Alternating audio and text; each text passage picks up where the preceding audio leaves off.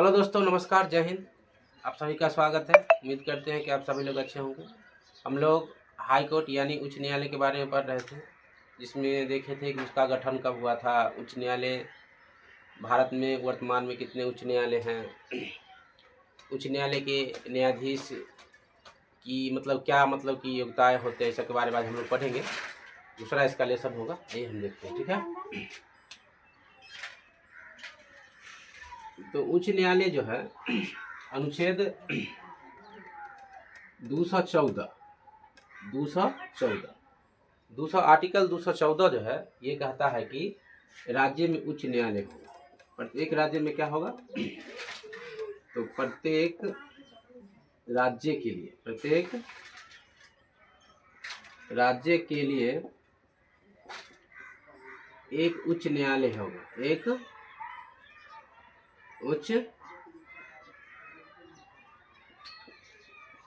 न्यायालय होगा, ठीक है।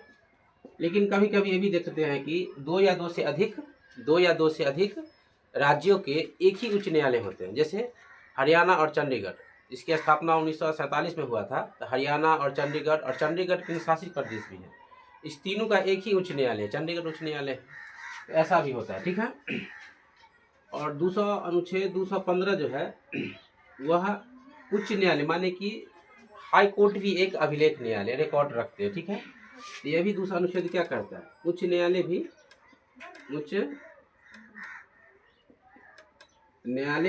एक अभिलेख न्यायालय। क्या है? एक अभिलेख न्यायालय,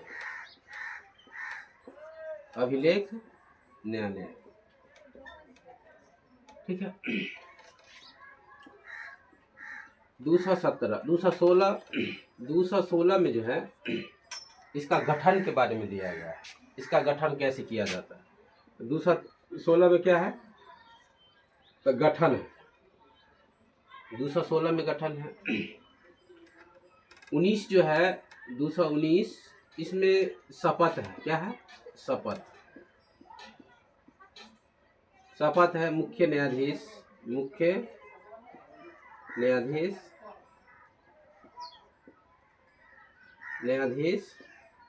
और अन्य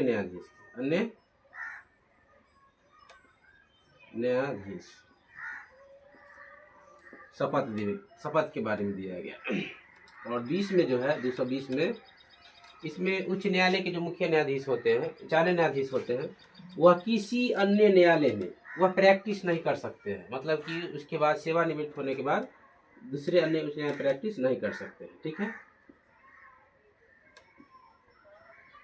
प्रैक्टिस फिक्स नहीं कर सकते,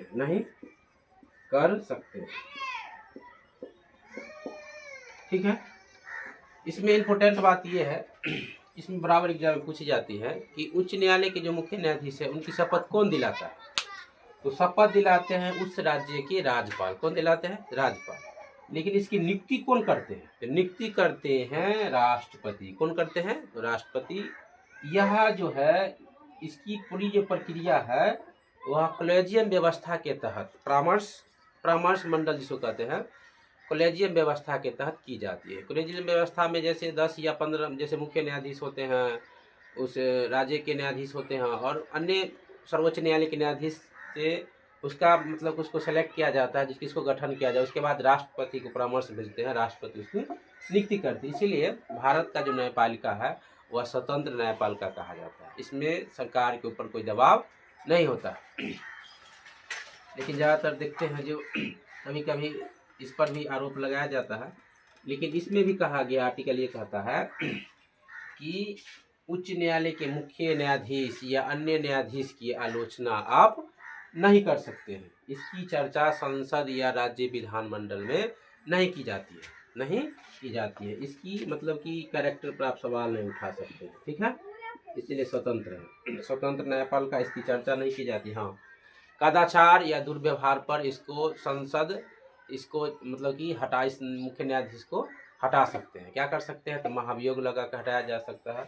जैसे कि सर्वोच्च न्यायालय के मुख्य न्यायाधीश को हटाया जाता है, उससे इसमें भी इसको जो है हटाने की प्रक्रिया में जो है 100 सदस्य जो होना चाहिए, 100 सदस्य वह कहाँ से, लोकसभा से, लोकसभा से होना चाहिए। और 50 सदस्य जो है, सदस्य राज्यसभा से, कहाँ से, तो राज्यसभा से, इसके पक्ष में होना चाहिए, हटाने के पक्ष में। उसके बाद ये बिल जो ये जो अति होते हैं, प्रस्ताव जो होते हैं, वह मतलब कि सभापति के पास, लोकसभा के अध्यक्ष या राज्यसभा के सभापति के पास भेज जाती है। वह इसको अस्वीकृत या स्वीकृत कर सकते हैं। उसके बाद इसमें क्या होता है, वह 3 सदस्य वाली एक कमेटी का गठन करता है, जिसमें 3 सदस्य कमेटी में जो होता है वह भारत के मुख्य न्यायाधीश हो सकते हैं या उस सर्वोच्च न्यायालय के अन्य कोई वरिष्ठ न्यायाधीश हो सकते हैं। उसके बाद इसमें जो है उस राज्य से संबंधित उच्च न्यायालय के न्यायाधीश हो सकते हैं और एगो मतलब कि कानून की जानकार जो वकील सर्वश्रेष्ठ होते हैं वो इस व्यवस्था में होते हैं। उसके बाद इसको महाभियोग लगाकर हटाया जा सकता है। यशवंत सिन्हा भी सुने होंगे, साल में जो है उसके विरुद्ध जलाया गया था प्रस्ताव। ठीक है, ये उच्च न्यायालय के बारे में हम लोग पढ़े। ये क्या है, एक स्वतंत्र न्यायपालिका का अंग है। भारत में जो न्यायालय है, न्यायपालिका है, वह स्वतंत्र है, निष्पक्ष है, इस पर कोई दबाव नहीं है, इसकी आलोचना नहीं की जाती है, इसके मतलब कि व्यवहार पर संसद में चर्चा नहीं की जा सकती, इसके दुराचार मतलब कदाचार संविधान के उल्लंघन पर इसको हटाया जा सकता है। जैसे कि सुप्रीम कोर्ट के जज को हटाया जाता है, इसको भी उसी तरीका से हटाया जा सकता है। ठीक है, इसमें हम पढ़े थे भारत में जो है वर्तमान में जो है 29 कहते हैं 25 उच्च न्यायालय है, 25 उच्च न्यायालय है, उच्च न्यायालय 25 उच्च न्यायालय। जिसमें नवीनतम बताए थे कि तेलंगाना है। नवीनतम क्या है, नवीनतम जो है वह तेलंगाना उच्च न्यायालय है, तेलंगाना उच्च न्यायालय है।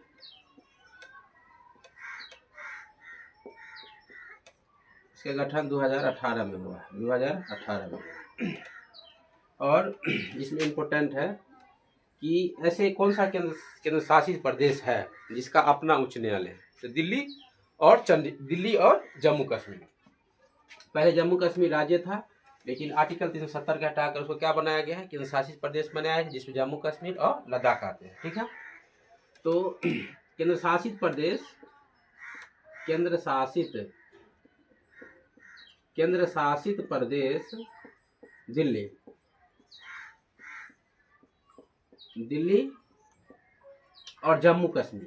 दिल्ली और जम्मू कश्मीर का अपना उच्च न्यायालय है, अपना उच्च न्यायालय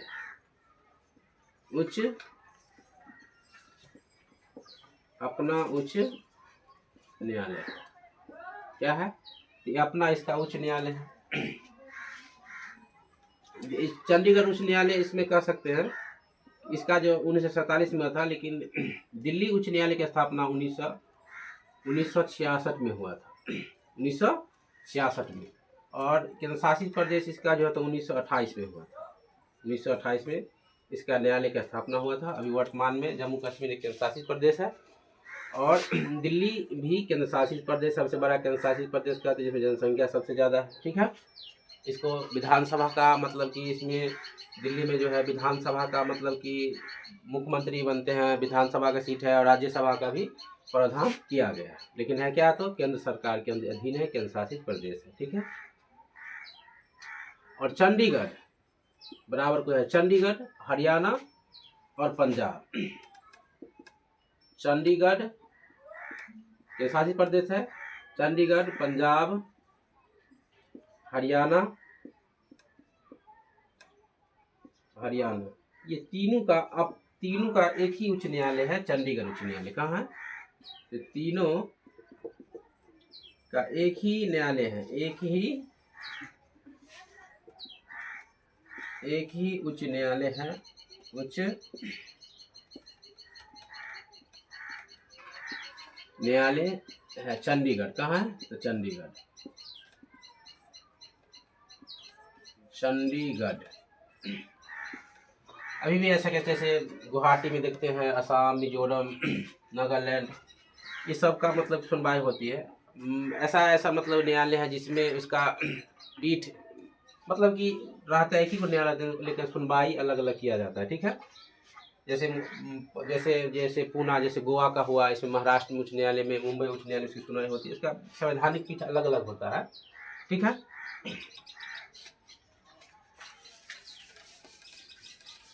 तो उच्च न्यायालय की जो प्रथम महिला मुख्य न्यायाधीश था, उनका नाम था अन्ना चांडी। अन्ना चांडी। ठीक है, तो प्रथम उच्च न्यायालय की मुख्य न्यायाधीश महिला में जो थी,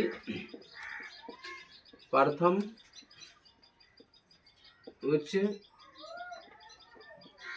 न्यायालय की प्रथम महिला मुख्य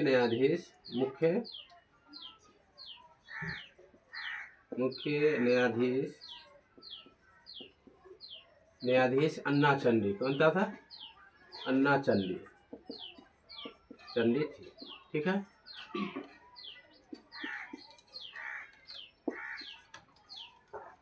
अब इसमें हम लोग देखेंगे कि किस किस उच्च न्यायालय का स्थापना कब हुआ था, उसका गठन कब हुआ था, इसके अधीन कौन कौन किस मतलब न्यायालय कौन कौन सेवा, मतलब कि किस किस राज्य का एक ही उच्च न्यायालय है, मतलब 2 या 2 से अधिक में, इस सब के बारे में हम लोग पढ़ेंगे। गठन के बारे में पढ़ेंगे, किस उच्च न्यायालय कब हुआ था। ठीक है, जिसमें बताए थे कि सबसे पहले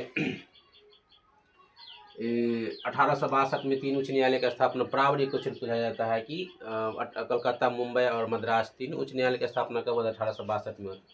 रेगुलेटिंग एक्ट 1773 के तहत भी प्रथम जो मतलब कि न्यायालय होता है, वह सबसे पहले कहाँ हुआ था? कलकत्ता में स्थापित किया गया था, रेगुलेटिंग एक्ट 1773 के तहत। ठीक है ना, जिसमें एलिजा एम्पे जो था इसका था, इसके बारे में हम लोग पढ़ेंगे। ठीक है, तो हम लोग नेक्स्ट क्लास में पढ़ेंगे। ठीक है, थैंक यू, धन्यवाद।